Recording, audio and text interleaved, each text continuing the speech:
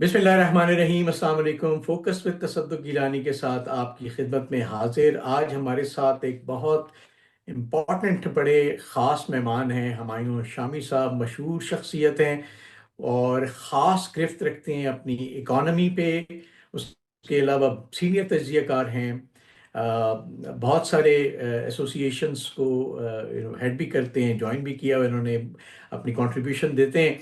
तो हम बड़ी इंपॉर्टेंट डिस्कशन करने जा रहे हैं व्यूअर्स। वो होगा कि आउटलुक क्या है हमारी इकोनॉमी का, Pakistan past present and future. जो इकोनॉमिक आउटलुक बनता है उस हवाले से हुमायूं शामी साहब की अब राय लेंगे। मुझे बड़ी उम्मीद है कि आपको ये वीलॉग बहुत पसंद आएगा, बहुत लोगों की इंफॉर्मेशन में एक क्रेडिबल इजाफा होगा। Before we proceed to the vlog, आपसे रिक्वेस्ट है कि इस यूट्यूब चैनल को सब्सक्राइब करें, बेल आइकॉन को प्रेस करें। जी सर, अस्सलाम वालेकुम शामी साहब। वालेकुम सलाम। सर कैसे हैं? अल्लाह का एहसान, बहुत शुक्रिया।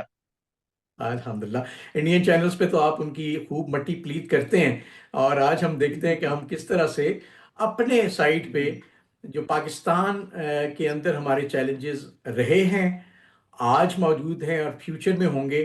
ख़ास तौर पे जब हमारा मुल्क, इसकी सिचुएशन मेरा ख्याल है दुनिया में शायद किसी मुल्क से मिलती हो, कि हमारे 2700 किलोमीटर का एक साइड का बॉर्डर और 3000 किलोमीटर का दूसरी साइड का बॉर्डर बहुत ही इनसिक्योर भी हैं, दुश्मनों का खतरा भी रहता है। इसके बावजूद अल्लाह ने पाकिस्तान को तौफीक दी कि ना सिर्फ हमने सरवाइव किया, बल्कि अपनी जो जियो स्ट्रेटेजिक पोजीशन है, जिसको आज तक बड़ी मुश्किल से हमें तकलीफ़ों में हम रहते रहे, उससे कोई फ़ायदा उठाने का मौका भी लगता है कि मिलेगा। लेकिन इस पे आपकी राय चाहेंगे कि आप किस तरह देखते हैं पाकिस्तान का जो पास्ट में इवन रेकोडेक जैसे मंसूबे थे।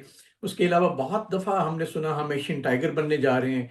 बहुत दफ़ा हमने देखा कि पाकिस्तान कंज्यूमर मार्केट और हमारा एक बड़ा अच्छा एक इन्वेस्टमेंट जोन बन सकता है, इकोनॉमिक जोन बन सकता है, एक्सपोर्ट जोन बन सकता है।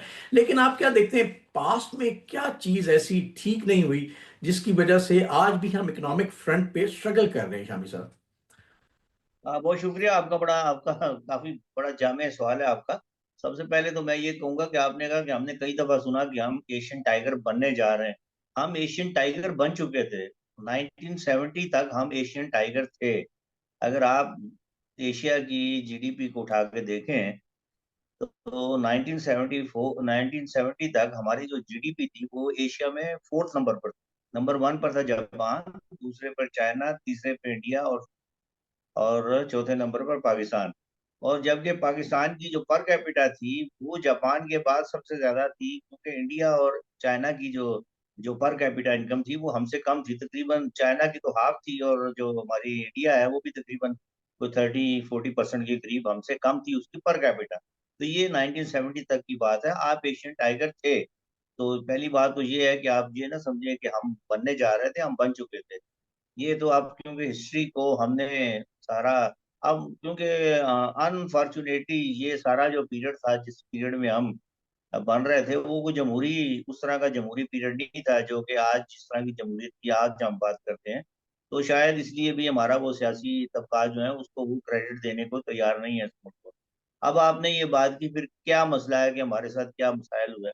तो 1970 तक तो हम, मैंने आपको बता दिया कि आप बड़े ठीक थे। फिर आपका यहाँ पर, आपको मालूम है ईस्ट पाकिस्तान का एक क्राइसिस हुआ जिस तरीके से, एक वो भी एक सियासी तौर पर स्टार्ट हुआ, और सियासी होते होते फिर बाद में फौजी उसका ऑपरेशन हुआ वगैरह वगैरह, जो भी हुआ फिर दो मुल्क हो गए। फिर यहाँ पर आपको मालूम है पीपल्स पार्टी जो एक उस जमाने में जो वेस्ट पाकिस्तान में उसकी ज्यादा एक्सपीरियंस थी, वो बसर इख्तियार आ गई। अब होता तो ये है कि अगर तो हमारे यहाँ को वाइज पॉलिसीज बनाने वाले लोग होते, या उसी किस्म के लोग चलते जो 1970 तक आपकी इकोनॉमी को चला रहे थे, जो उसी तरीके से हैंडल कर रहे थे, अगर वही लोग रहते तो आज पाकिस्तान, यकीन करें कि जापान के बाद सबसे बड़ी एशिया की, शायद चाइना जापान के बराबर हमारी इकोनॉमी होती। लेकिन अफसोस ये हुआ कि 1970 जो नई हुकूमत आई, वो बजाय कि उन, क्योंकि उसके पोटेंशियल इसलिए मैं कह रहा था मौजूद था, क्योंकि जो मशरकी पाकिस्तान को अलग होने से मशरकी पाकिस्तान की जो जीडीपी थी वो पाकिस्तान की जो वेस्ट पाकिस्तान की जीडीपी से बहुत कम थी, इस तरफ थी। तो इस लिहाज से जो पावर बेस थी, जो असल इकोनॉमिक कुवत थी वो तो इस तरफ ही थी, हमारे वेस्ट पाकिस्तान में, वो महफूज था।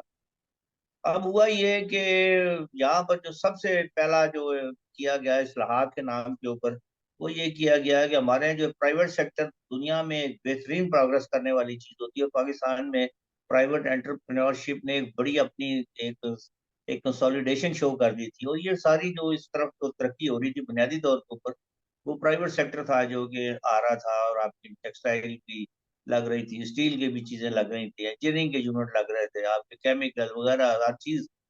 वो उसको तो आपने फारग कर दिया और नेशनलाइजेशन कर दी। वो बेचारे जो अच्छे लोग थे, यानी मैं आपको एग्जांपल दूंगा, पीको, वह ये जो बटा जो आजकल पीको के नाम से चलती है, लाहौर में फैक्ट्री थी।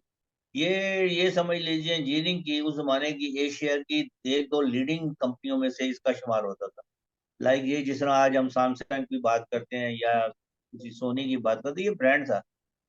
लेकिन वो जो उसका बात हुआ कि फिर हम सिर्फ साइकिलें बनाने पे आ गए, बजाय कि वो तो बड़े बड़े, वो तो इंजीनियरिंग की पूरी पूरी फैक्ट्रियां प्लांट बनाता था। तो वो हुआ यही कि जो प्राइवेटाइजेशन के नाम के ऊपर जो ये मुल्क के अंदर एक चलाई गई मुहिम, और फिर उसके बाद वो नेशनलाइजेशन। नेशनलाइजेशन नेशनलाइजेशन की। और उसके बाद वो यूनियनिज्म आ गई, और उसके बाद वो एक अवामी दौर आना, वो उसके बाद आपको है ना, वो जो सदमा था उससे आज तक हम नहीं निकल सके। यानी आज तक हमारा प्राइवेट सेक्टर का जो कॉन्फिडेंस है ना, जो इंडस्ट्रियलाइजेशन के बारे में, वो तो बहाल हो नहीं सका। इसके अलावा भी बहुत सारी इस्लाहात उस जमाने में की गई, ये बताते हुए, जिसमें सिविल सर्विस की इस्लाहात थी, कुछ और इस्लाहात के नाम के ऊपर। लेकिन वो सारी इस्लाहात से ये हुआ कि वो जो सिविल सर्विस में हमारी एक दुनिया में था कि हमारी डिलीवर करने वाली सिविल सर्विस थी, वो उसकी बजाय वो खिदमतकार किस्म की और सियासी पोलिटिसाइज हमारी वो बन गई। तो बस वो उसके बाद फिर हम एक डायरेक्शन लेस हो गए। एजुकेशन के नाम के ऊपर हमने एजुकेशन इंस्टीट्यूशंस को नेशनलाइज कर लिया, जो बड़े अच्छे थे और बड़े सस्ते वो दिए थे, कुछ मिशनरीज के थे, प्राइवेट भी थे, वो भी चले गए।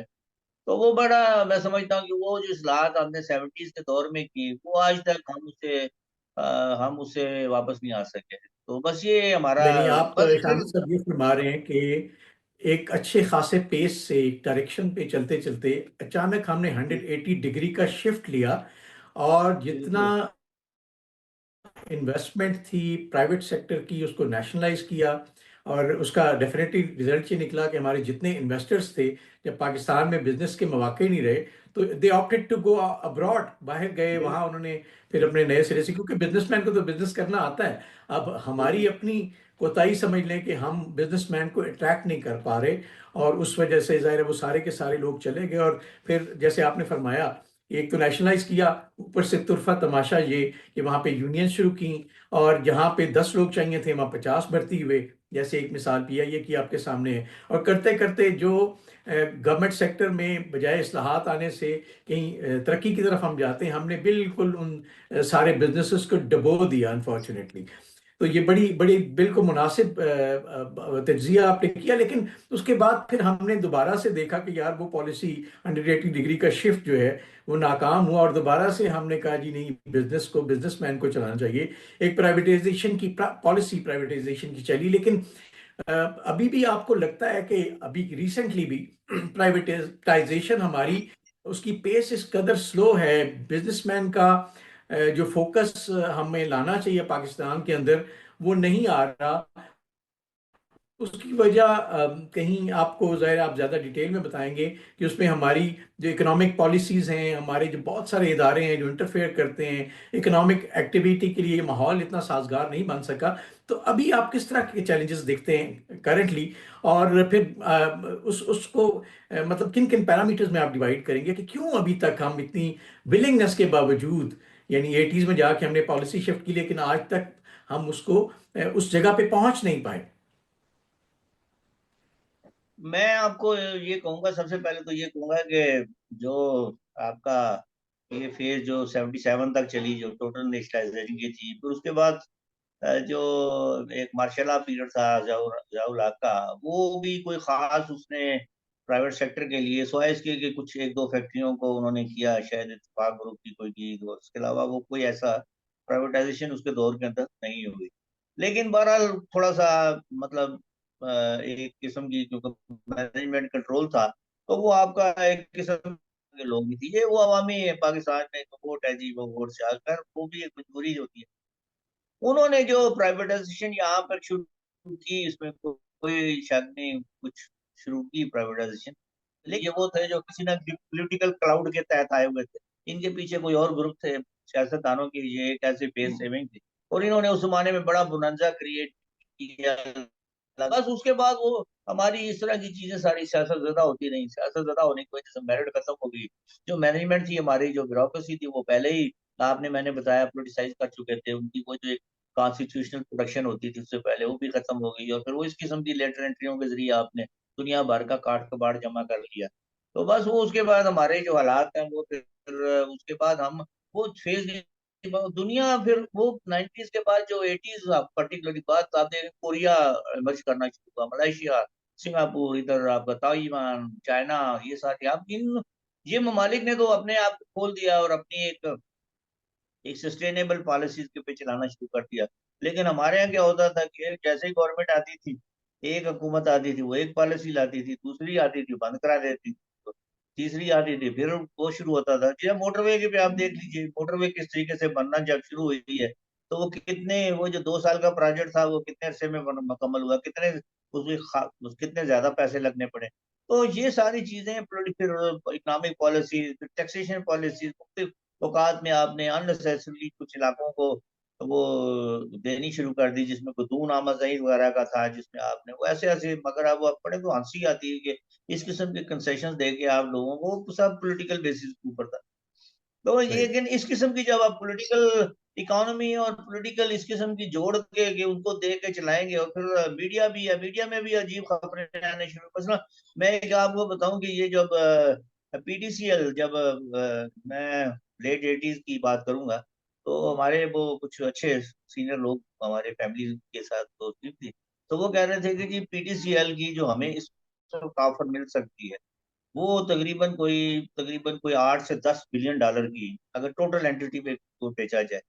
तो उन्होंने कहा ये इतनी रकम है कि ये इससे पाकिस्तान के जितने भी कर्जे हैं ना, सारे फॉरेन लोन सारे एक दो में अदा किए जा सकते हैं। क्योंकि अगर हम इसको, अगर आज पीटीसीएल को भेज दें, उस वक्त ये था कि पीटीसीएल में ये होता था कि जो बाहर से ज्यादा काले आती थी, पाकिस्तान का डायस्पोरा करता था, तो वो जो रकम वहां मिलती थी उनको, उसका तकरीबन आधा जो है वो पाकिस्तान में आया करता था, वो जो यानी जिस कंट्री में इनकमिंग कॉल आती थी। उसके हम्म। बाद फिर दुनिया में अपना वो ट्रेंड बदल गया, और वो उन्होंने कहा कि जहां से कॉल जनरेट होगी उन्हीं को पैसे मिलेंगे। नतीजा ये हुआ कि पीटीसीएल का आज आप देखें कुछ भी नहीं। तो वो जो हमें उस जमाने में अगर वो तकरीबन हमें $2 से $3 पर शेयर मिल सकता था, आज उसकी हम्म। पीटीसीएल के शेयर की वैल्यू चंद पेन से ज्यादा नहीं है। तो अगर आप बिल्कुल। उसको स्टॉक एक्सचेंज शायद 10-12 रुपए का। तो ये सारी हम्म। चीजें हमने टाइम के ऊपर वो प्राइवेटाइजेशन भी नहीं की उस तरह के इदारों की, बड़े सही। पीटीसीएल या आयल के थे मगर। सही। तो तो ये आप ये एक बता रहे हैं ये कि भी। बिल्कुल आपकी बात बजा है कि एक तो सियासत के अंदर बहुत ज्यादा एक्सपेरिमेंटेशन की गई, और मेरा ख्याल है हमारे यहाँ एक ट्रेंड रहा है कि जो पुराना है, जिसके पास एक्सपीरियंस हो गया है, उसको आप फारिग करें, कोई नया बंदा लेके आए, नया चेहरा लेके आए, नई तब्दीली लेके आए। और मेरा ख्याल आज तक हम इसी स्ट्रगल में कुछ अरसे तक यही पड़े रहे। और जो बंदा आता था वो अपने विजन के मुताबिक नई एक पॉलिसी लाता था, लेकिन हमने एज अ नेशन, आपने दुरुस्त फरमाया, कभी लर्न नहीं किया कि यार 47 से लेके आज तक जितने एक्सपेरिमेंट्स हमने किए, उसमें से कौन सा अच्छा एक्सपीरियंस था, एक्सपेरिमेंट था, जिसको हम रिपीट करते, अच्छी चीज़ों से सीखते और बुरी चीज़ों से हम जो है ना वो निकल जाते, तो ये एक मामलात हमारे को ठीक हालत में चलते। और इसी तरह अभी हमारे पास चूंकि टाइम थोड़ा है, तो मैं इस वक्त का इस्तेमाल करते हुए जामी साहब आपसे ये रिक्वेस्ट करूंगा कि अभी हमें क्या चीज़ कॉन्फ्री, अभी भी सी पैक देखे, हमारी साइड पे प्रोजेक्ट बहुत डिले हो गया है, चाइना की साइड पे कंप्लीट है। तो क्या हमने उन चीज़ों को सीख के गोइंग फॉरवर्ड हमें किस तरह से इम्प्लीमेंट करना चाहिए कि ना सिर्फ नेशनली बल्कि रीजनली भी हम एक इकोनॉमिक पावर बने, क्योंकि आप एक कॉरिडोर हैं बहुत सारे लैंड ऑफ कंट्रीज का, उसके आपके अलावा ऑप्शन ही कोई नहीं है उनके पास। लेकिन स्ट्रेटेजिक पोजीशन को हम किस तरह से यूटिलाइज करें, इंडस्ट्रियलाइजेशन को किस तरह से प्लान करें, लोगों को किस तरह से अट्रैक्ट करें, को इन्वेस्ट करें, अपनी पॉलिसीज को किस तरह से ठीक करें कि हमारी फ्यूचर आउटलुक अच्छी हो। और अच्छी अच्छी होगी तो आपको क्या फ्यूचर एस्पेक्ट्स नजर आते हैं शामी साहब? देखें, दो दो दो इसमें दो चीजें हैं। एक तो है government या हमसायों के साथ अच्छे ताल्लुक, पाकिस्तान का कसूर नहीं है कि पाकिस्तान ने हर मसाइल को हल करने की कोशिश की, लेकिन वहां से जवाब नहीं आ रहा। अब वो तो हमारी मजबूरी बन चुकी है।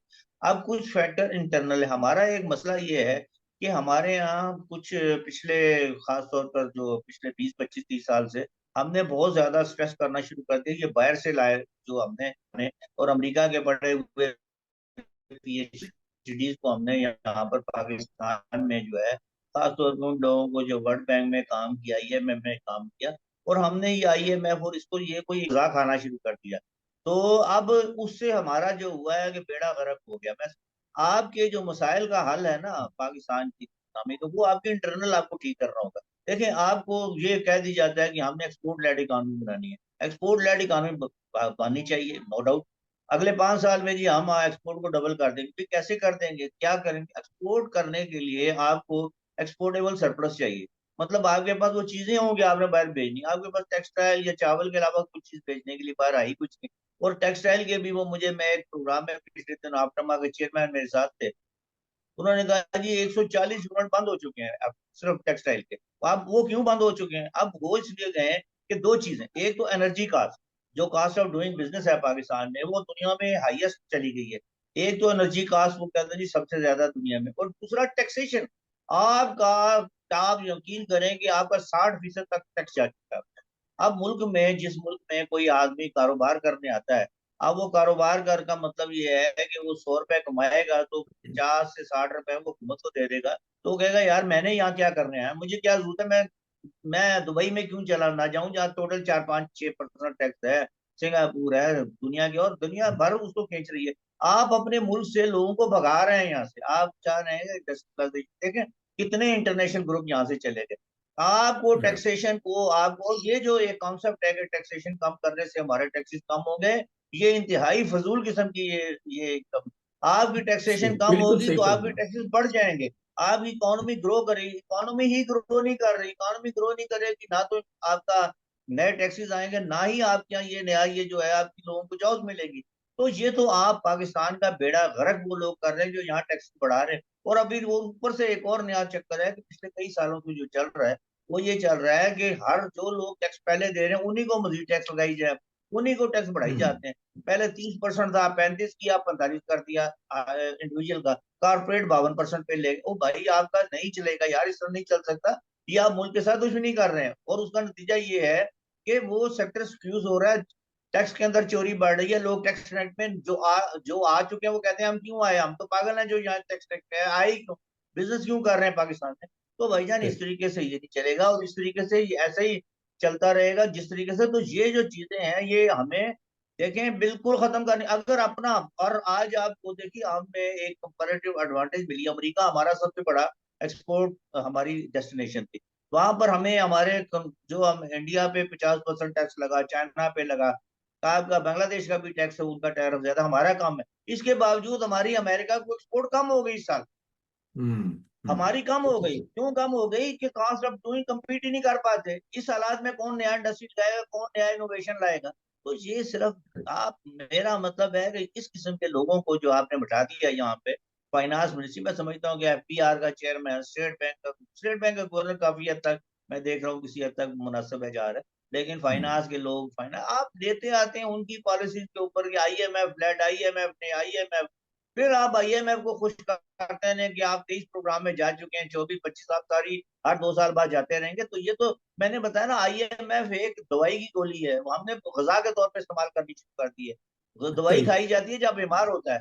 ये नहीं होता कि वो उसको आप रोज खाना शुरू करते हैं, आपने रोज खानी शुरू कर दी एग्जैक्टली, उसको। उसका तो प्रोटीन वो बना रहे नतीजा हैं। ये तो यही होगा। तो बिल्कुल ये शादी साहब, असल में आपने चंद वो। बड़ी जबरदस्त साइट पे इशारा किया। इशारा ये था कि ग्रोथ, मैं हमेशा कहता हूं अगर आप किसी फाइनेंशियल एक्सपर्ट को बिठा देंगे तो बजाय इसके कि ग्रोथ फैक्टर आए, वो सिर्फ टैक्सेस की वजह से ग्रोथ को लिमिट कर देगा, और कॉस्ट कटिंग की वजह से वो मुल्क नहीं चला सकते, वो कंपनी को भी बेड़ा गर्क कर देते हैं आखिर में।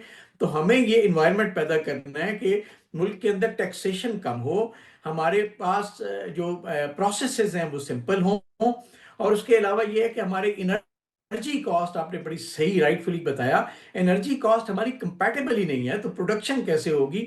मेरा ख्याल है उम्मीद की किरण ये है, क्योंकि अब हम नई पॉलिसीज की तरफ जा रहे हैं तो हमारी, और बहुत आपने राइटफुली बताया कि हाँ ये थोड़ा सा कड़वा सच है, लेकिन अब अगर हमने इससे सीखना है तो हम आगे जाके इन चीजों पे तवज्जो दें, अपनी टैक्सेशन को रिफॉर्म्स करें, लोग इनकरेज हों कि वो आए आके अपनी इन्वेस्टमेंट करें, जाहिर है वो भी प्रॉफिट कमाएं और हमारे लोगों को जॉब भी मिले और गवर्नमेंट को भी फायदा हो। उसके साथ साथ एनर्जी कॉस्ट पे काम करें, इंडस्ट्रीज को खास तौर पे सब्सिडाइज एनर्जी दें, और उसके ऊपर डेफिनेटली उनकी एक प्रोडक्शन लिमिट रखेंगे कि मिनिमम इतनी प्रोडक्शन आप करें, लोग इनकरेज हों, उनको पता हो कि यहाँ इन्वेस्ट करेंगे हम फायदा उठाएंगे और अपने पैसे को रिकवर भी कर पाएंगे। तो ये एक गिव एंड टेक वाला एनवायरमेंट है, लेकिन जो पॉलिसी मेकर्स अभी तक आज तक हमें नजर आते हैं वो सिर्फ ये है कि किस तरह से एग्जिस्टिंग इकोनॉमी में से पैसा निकाला जाए, इससे तो इकोनॉमी जो खड़ी है वो भी डूब जाएगी, इंडस्ट्रियलाइजेशन नहीं होगी, आपके पास जो इन्वेस्टर है वो भाग जाएगा, जैसे आपने कहा हमारे लोग यहाँ से अभी भी जा रहे हैं। तो इस चीज को हमें देखना है और अपनी इकोनॉमिक पॉलिसीज पे खास तौर पे तवज्जो देनी है, और बड़ी वॉर बेसिस पे देनी है। तो शामी साहब बहुत जबरदस्त बात आपने की, और मेरा ख्याल है ये हमारे अहले इक़्तिदार तक अल्लाह करे ये पहुंचे, उस पर ये गौर करें, और हम अपना फर्ज अदा करें कि हम अपनी, क्योंकि मेरा भी इंडस्ट्री से ताल्लुक है, मेरा भी बिजनेस से ताल्लुक है, आप भी बिजनेस देखते हैं, इकोनॉमी देखते हैं, तो सही लोगों के हाथ में ये टास्क हो ताकि वो इनकरेज करे जितने इन्वेस्टर्स हैं, क्योंकि बिजनेसमैन ने बिजनेस करना है, गवर्नमेंट ने नहीं करना। तो बिजनेसमैन इंकरेज होगा तो आके इन्वेस्ट करेगा, लेकिन उसके ऊपर पॉलिसीज के ऊपर उनको इत्मीनाद भी होना चाहिए कि रोज पॉलिसीज ना बदलें। शामी साहब आपका बहुत शुक्रिया, बड़ी खूबसूरत डिस्कशन की। थोड़ा सा नेटवर्क का प्रॉब्लम था, कोशिश करेंगे हम इन चीज़ों को थोड़ा सा बैलेंस कर पाएं, और इंशाल्लाह होपफुली हमारी बात जो है ना वो आवाम तक भी पहुंचेगी और खवास तक भी पहुंचेगी। तो before we close this vlog, आपसे फिर रिक्वेस्ट है कि अपना इस चैनल को सब्सक्राइब करें और बेल आइकॉन को प्रेस करें। बहुत बहुत शुक्रिया आपका जी, थैंक यू।